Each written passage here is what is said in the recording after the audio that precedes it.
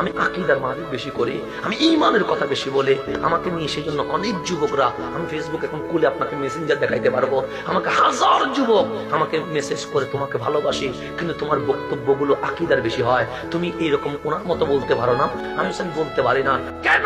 কারণ আমি ইসলামকে, সুন্নিয়তকে প্যাকেট পূজা দামদার স্থান বানাইতে পারবো না, প্যাকেট পূজা বানাইতে পারবো না। সেজন্য আমি হক কথা বলতে হবে। আমাকে লেভেল মেনটেন করার কোন সুযোগ, আমার হোসেন যদি লেভেল মেনটেন করতো মদিনার গভর্নর হইতো, আমার হোসেন যদি লেভেল মেনটেন করতো মক্কার প্রশাসনের সর্দার হইতো, আমার হোসেন যদি লেভেল মেনটেন করতো এই দুনিয়ায় বড় কোটিপতি শিল্পপতি হইতো। কিন্তু আমার হোসেন হাত দেয় নাই, এই ঈমান আকীদার জন্য নিজের গর্দান দিয়ে দিয়েছে। সেখানে আপনি আমি কিসের লেভেল মেনটেন, কিসের লেভেল মেনটেন? অমুক ভালো বলবে, অমুক যদি এজিদি যদি আমার ভালো বলে, তাহলে আমার আর ঈমান আছে কোথায়?